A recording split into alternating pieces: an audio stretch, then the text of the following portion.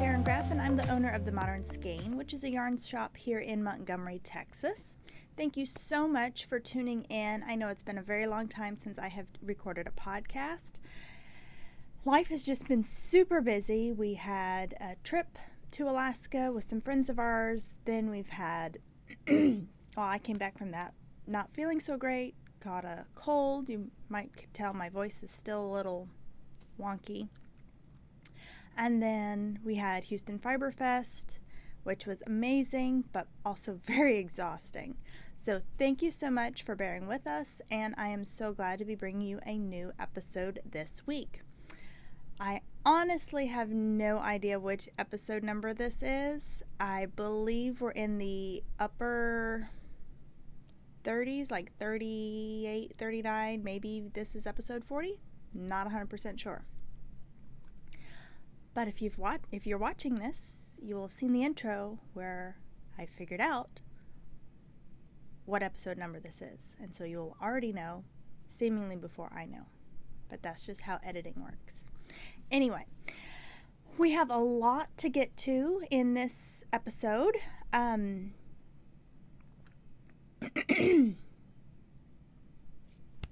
Excuse me. There was mold on the cruise ship in our cabin, and it just did not like me. Anyway, so what we start off with in our podcast, it's taken me a while to figure out what do I do in my podcast. We start off with finished objects or shop samples. In this case, it's going to be shop samples because I haven't really finished anything yet, although I feel like I have, and I'm horribly forgetting it.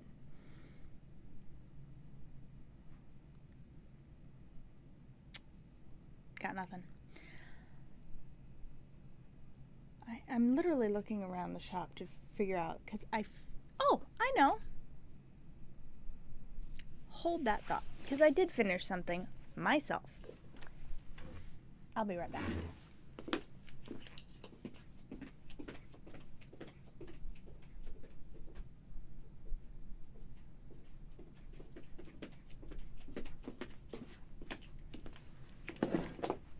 And we're back.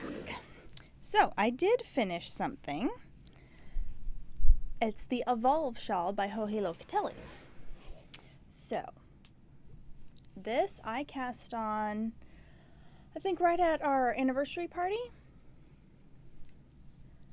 And I bound it off right before Fiberfest. So this is the Evolve Shawl by Joji Locatelli. Get you close up. So it has this beautiful cabling design.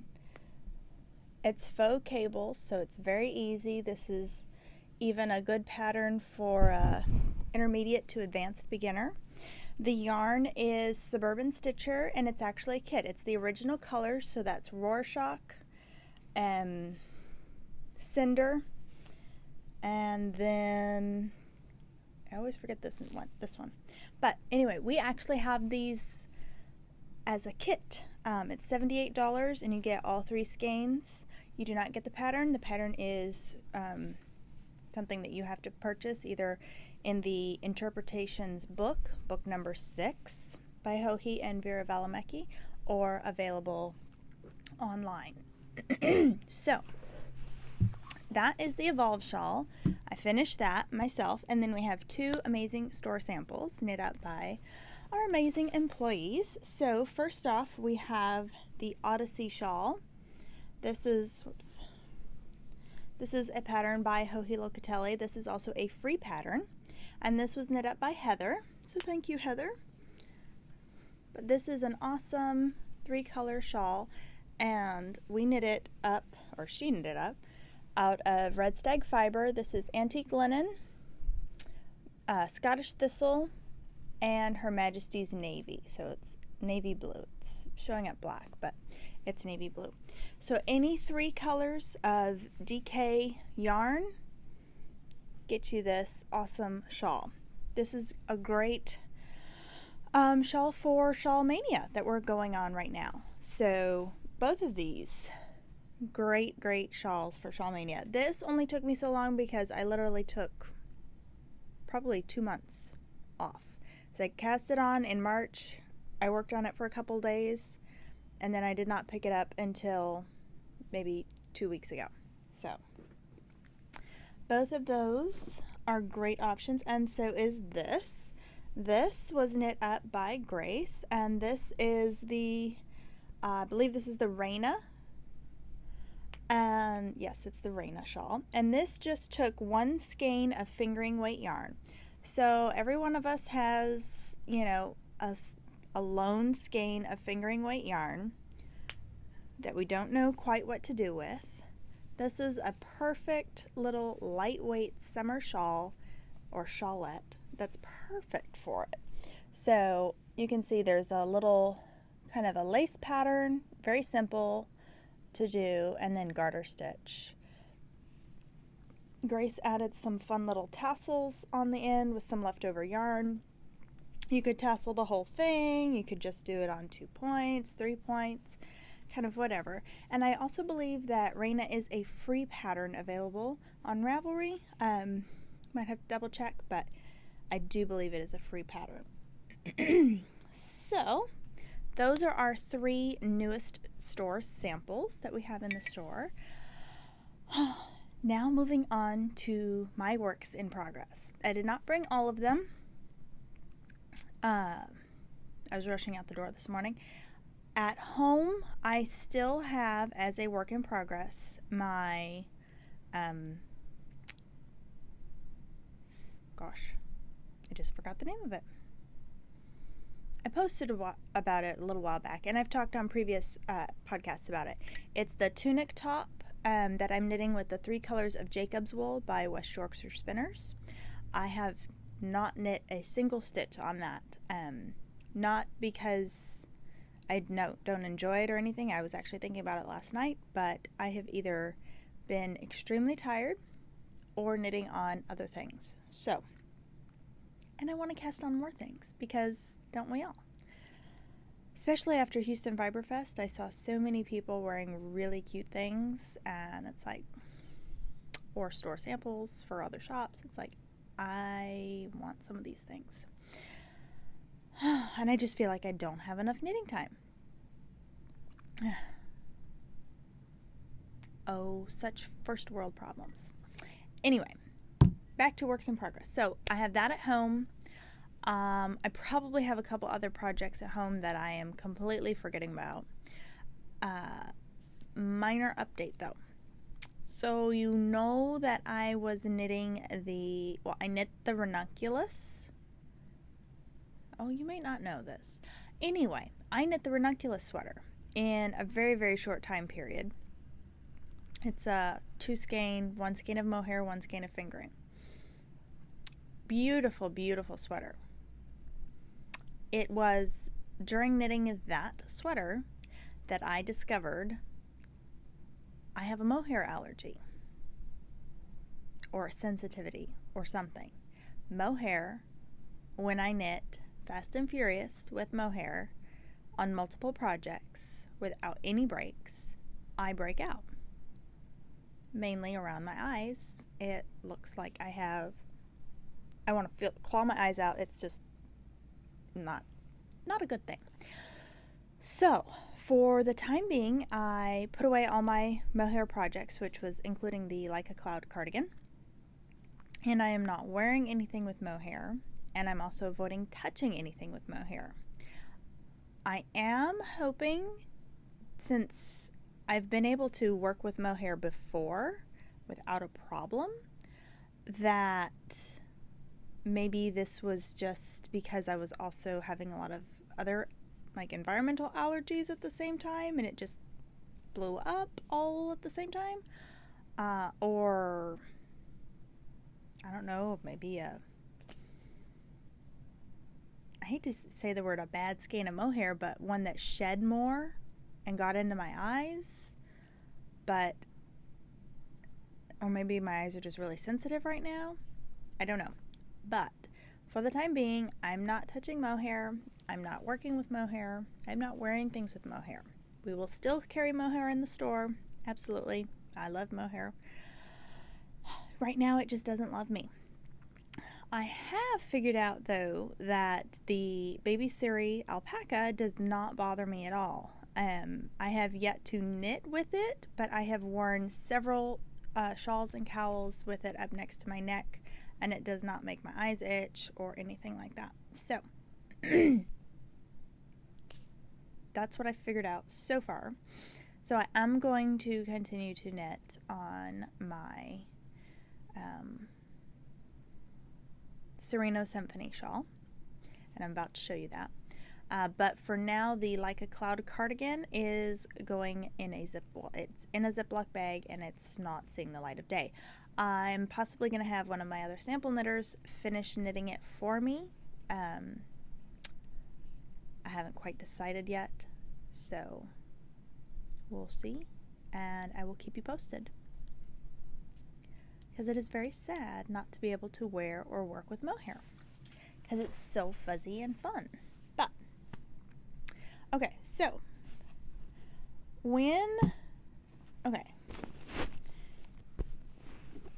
I don't think I've had any more progress on my Sereno Symphony since I last showed it to you, but I am on the second to last section.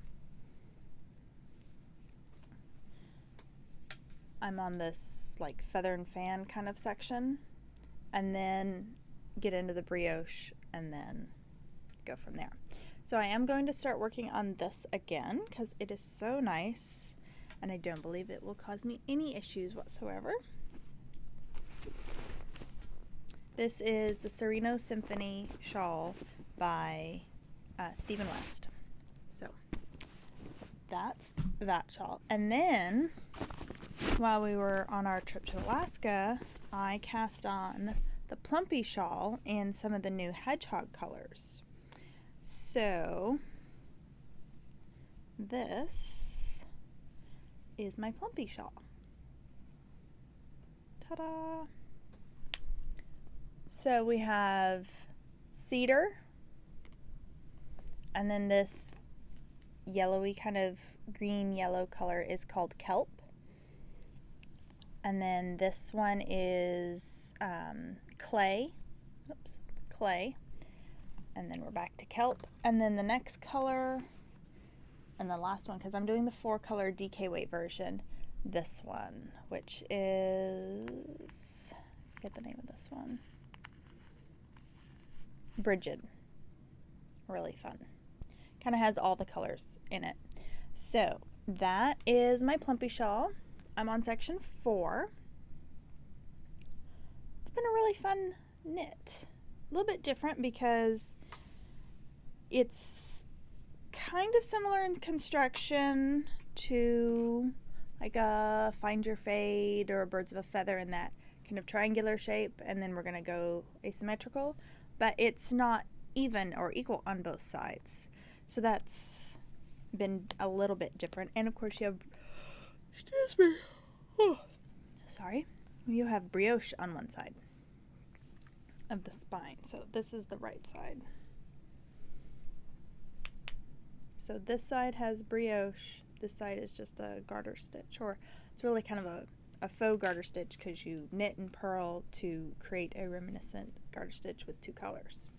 So anyway, that is my Plumpy shawl. I have thoroughly enjoyed knitting on this. I have gone down a needle size, and when I'm in the brioche section, when I'm in the brioche sections, I make sure I'm pulling my yarn extra tight, because my tension in brioche versus in brioche and in purling versus just straight knitting or stockinette, or knitting because stockinette is knit and purl, it's very loose right now. So I'm just having to take that. I had to rip out the first brioche section after I did it because the gauge was so different. It just didn't look good to me.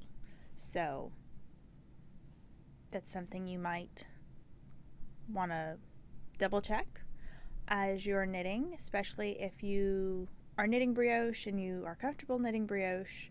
Do you knit your brioche really tight? Do you knit it really loose? It can just affect the look of a shawl, especially once you block it, because brioche tends to grow and kind of relax when you block it. So if it's already loose to begin with, it could look a little sloppy as you go. But that's just my 2 cents about brioche. I love brioche.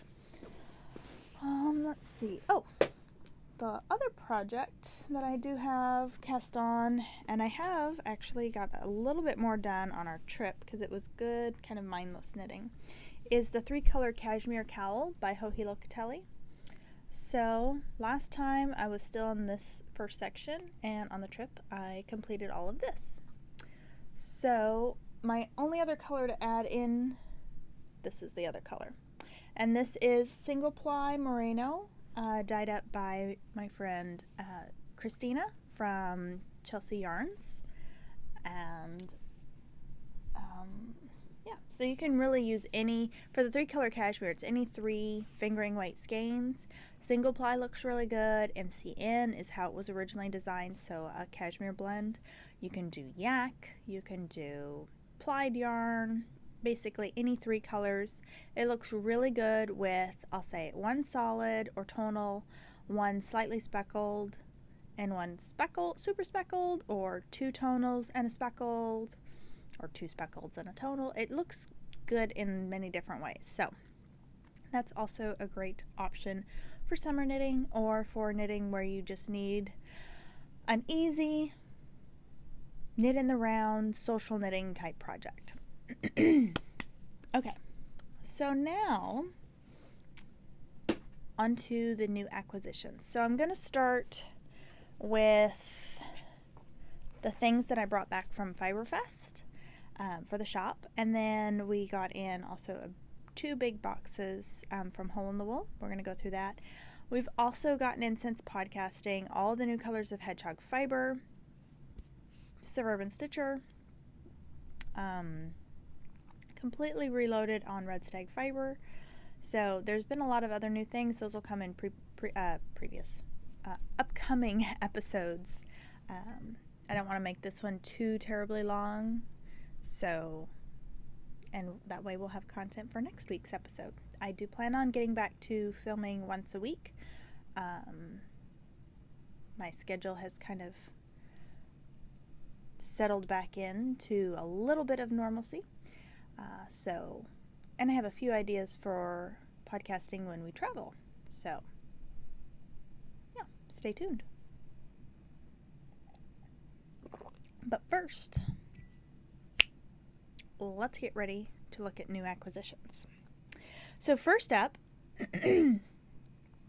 I was walking by this booth, I think on Sunday, because that was literally the only day I had to walk around at Houston Fiberfest, and I saw this booth, and just the colors were like, it's so soft and neutral and earthy, and I was just like, I need to look more at this booth. Come to find out, the yarn that they had is naturally dyed. So what I mean by naturally dyed is it is not only hand dyed, but it is dyed with natural occurring plants, animal things, veggie matter, etc. So like things like onion skins, avocado avocado pits, cochineal shells, things like that. So it's really cool in that aspect. So it's not only hand dyed, but hand dyed without the use of chemicals. And it is also hand spun. So this is 100% Ethiopian Egyptian cotton. It is hand spun by Ethiopian and Rwandan women that are widows or victims from the Rwandan and Ethiopian crises that have been going on. People that have no other means of providing an income for their family, they're given a fair trade and a fair wage, and they create this brand. It's called Handspun Hope, And so all of these women are employed with a fair living wage, and they create these super amazing hand spun yarns. So what we started out and what we've are going to carry right now is the hand spun cotton. It is labeled as a light number 3, which would technically be a sport weight. It is hand spun, so with the nature of hand spun, you are getting thick and thin spots. I have started knitting with it. I knitted a little swatch, and I know that I'm going to be knitting a garment out of it, either like a tee top or a little cardigan. I haven't quite decided and narrowed down the pattern yet, but perfect for garments. It's super soft. It's not mercerized cotton, so it's not that plasticky feeling cotton that you can get here in the States or like some of the other cottons that I have. It's extremely soft. It's nice to work with. It is a little bit slippery on metal needles, so if that concerns you, you may want to work on wood needles with it.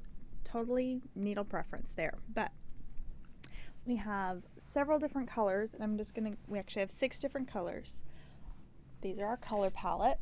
Such awesome, moody, neutral colors. So first off, this is natural, so it's just the natural white cotton. It hasn't been dyed, just plain. You get, by the way, 325 yards on the hank, so it's a nice quantity, and it's $29. Then we have, this is called Voca Gray, and this is what I picked to knit my sweater or garment out of course. This is Voca Blush, and it's not really showing up here, but it is more of a nude peach. It's very pretty. This is, what's this one? Mimosa Legume. So it's some sort of a bean that's used to dye this. But it's a very pretty kind of brown sand color. And then this is Salvie. This is more of a gray-green undertone.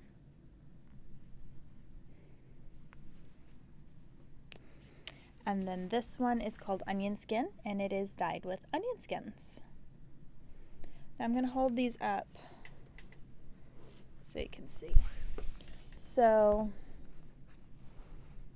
this is the Salvie. You can see that kind of green-gray undertone. This is the Voca Gray, which is the darker one, and then this is the Mimosa Legume, so that more sand color.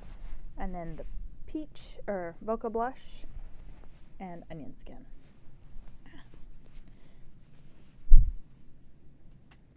There you go.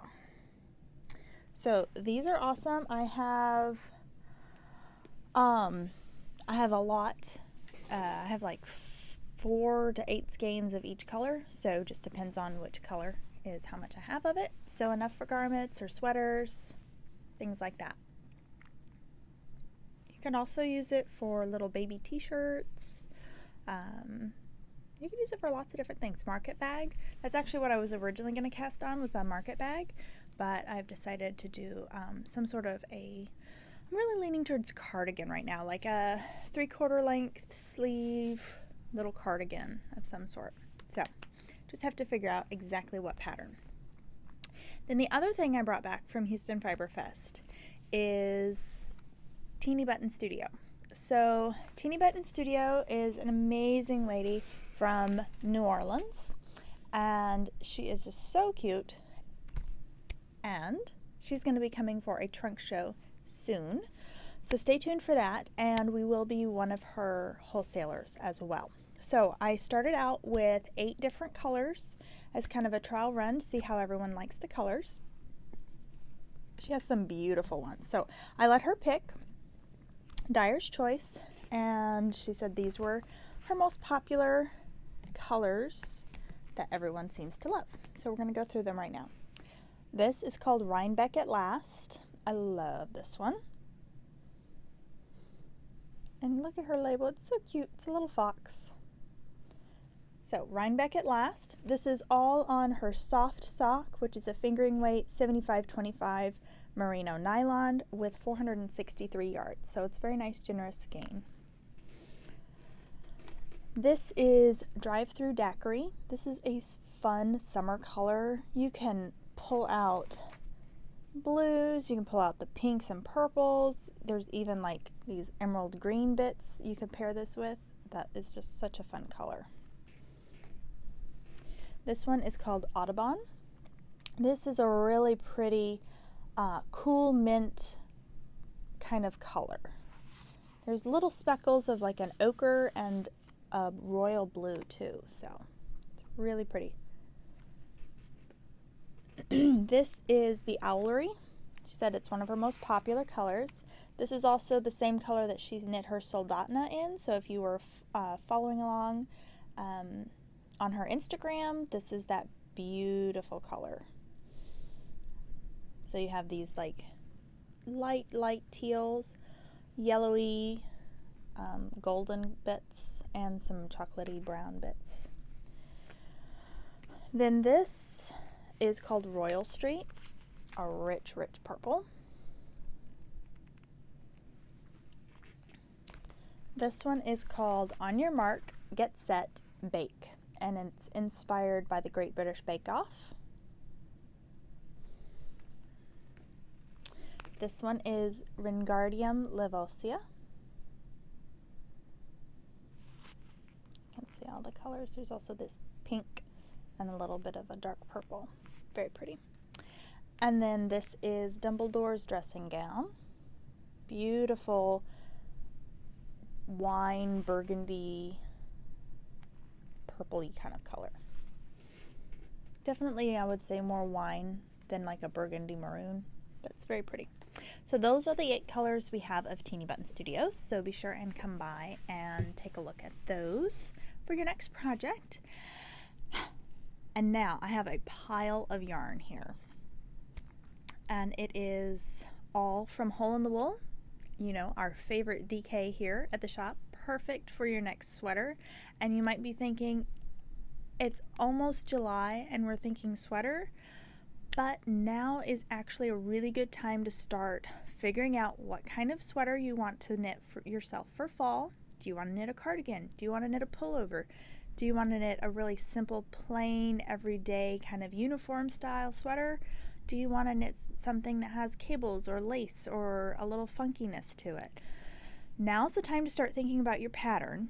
So once you nail down your pattern, you can go ahead and figure out what kind of yarn you're going to use. And then you can start knitting it and actually have it ready in time for October, November, when we start wearing sweaters down here. Or at least think about wearing sweaters down here. But I say that jokingly. We actually do get a lot of chances to wear sweaters here. It's just all about layering and making sure you don't knit a giant, huge coat sweater out of super bulky yarn. That's never going to work here. But a DK weight sweater, a fingering weight sweater, those all work perfectly here.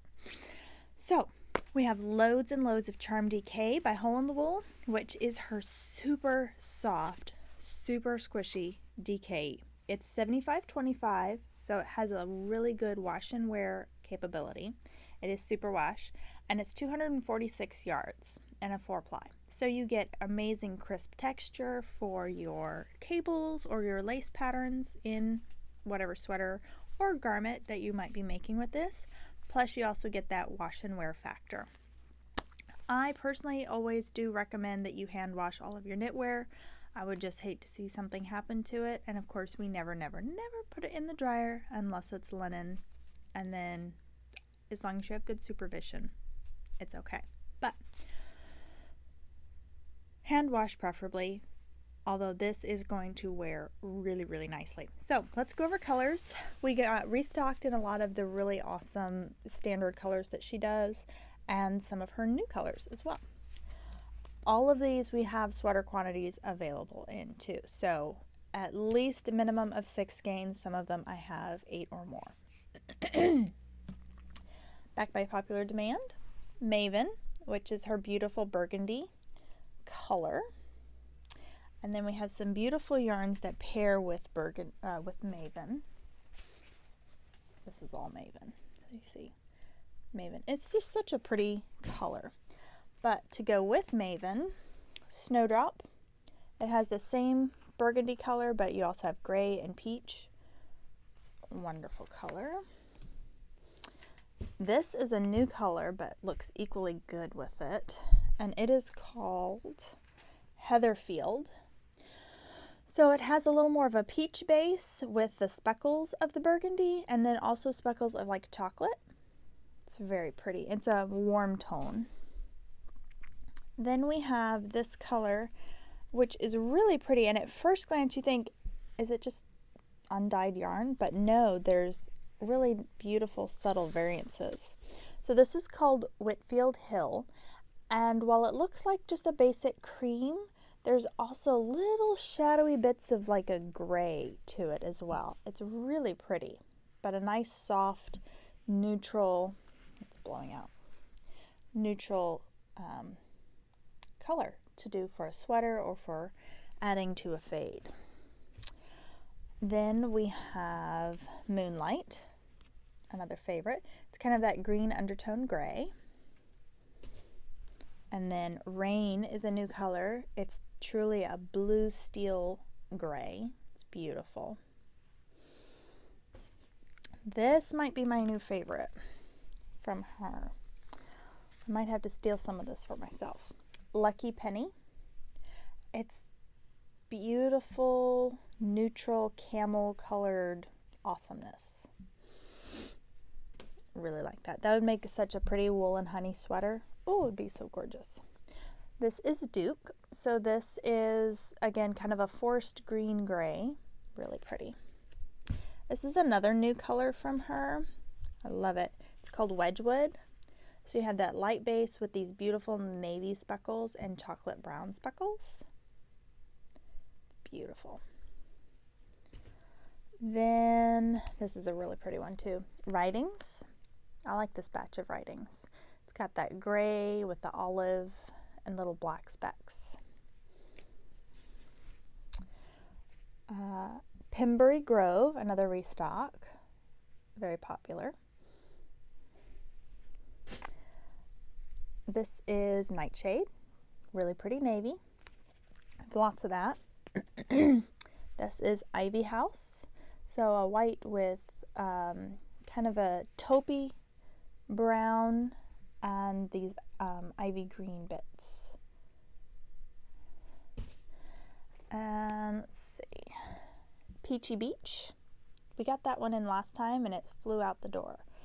So Peachy Beach. And this really is peach. It's coming up kind of a funky color, but it really is peach in real life. This is also a fun new color called Harvest. Really soft muted gold. So even if you don't think you can wear yellow, like I'm usually not a yellow fan, but this looks really good. Of course, I still love this.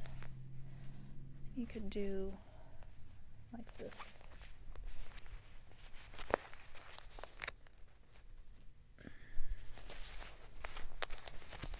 Look at that. Striped or faded. Love it. So this is Whitfield Hill, Harvest, Amberley Wood, and Lucky Penny. That'd be gorgeous. Gorgeous, gorgeous combo. This is also a new one called Bright On. It pairs really nicely with the Peachy Beach.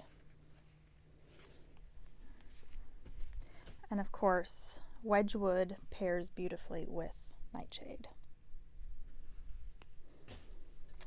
Let's see.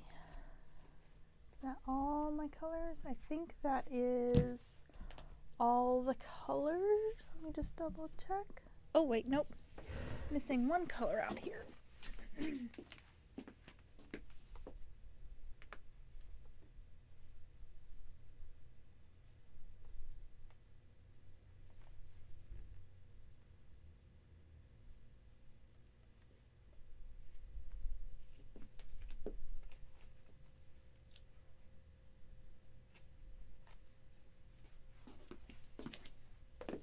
Actually, I was missing a couple colors.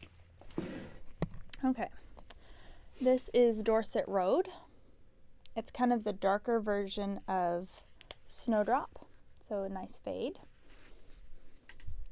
Then there is Rosemore, nice warm color. This is Woodsgate, so it's your really nice kind of charcoaly brown black mix. And this is Moore Hall, this is your chocolate brown. And then this is also a new color. This is Gwyneth Grove. It is the darker version of the Heatherfield. So this works really nice as an awesome fade as well. Okay, so that is all the colors of the Hole in the Wool batch that we got. Again, all of that is on the Charm DK base. We also, of course, have the Evolve Shawl kits by Suburban Stitcher. We also have a few kits of Suburban Wrap left over from the show. So be sure and come by and take a look at those if you're interested. I know some of you missed out on the trunk show that we had with Diane for our anniversary, or just missed out getting the kits at that time. So I do have both the original color of Suburban Wrap and the original Evolve Shawl kit available. Yeah, so I think that about wraps it up. We do have a few events coming soon. I'm working on revamping our calendar for the summer. We're going to have a beginner crochet and a beginner knit class coming in July. And hopefully also, if there is interest, a crochet along class for the Hotel of Bees shawl. So if you are interested in that, let me know. We do need at least 3 to 4 people for that to make as a class. And again, we will be doing a beginner crochet class on July 11th as well. What else? We will have trunk shows coming up as well. I am working through and double checking and confirming all of our trunk shows for the rest of the year. And of course, don't forget the Houston area yarn crawl, which is called the Yarn Trail. So for those of you that don't know or that didn't see the episode a few times past where I talked about how I came up with the idea for the yarn crawl after talking to Michelle from Park Avenue Yarn. Basically, Michelle and I were talking at the DFW 2018 show, and we both were talking about how Houston really needs its own yarn crawl. And so she was busy with the show. I said, you know what, I'm going to reach out and contact the other shops in the area and see if they'd be interested, and let's see if we can put something together. The timing wasn't right then, but this past Christmas, I reached out again to try and rekindle the interest after talking with a lot of you guys, customers that come into the store and people online and everything. And you guys were all wanting to participate in this. And so I was telling the other store owners, look, there's a market for this. People are wanting it.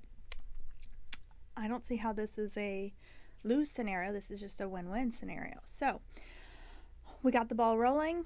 I organized several of the meetings, and we now have a Houston area yarn trail. So it goes from, well, there's no real starting point, but basically the stores that are involved is, of course, ours, the Modern Skein, Park Avenue Yarns, Michelle.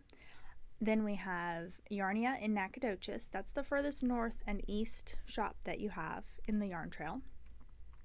And then you have Marabee Yarns, which is off of 1960 area roughly.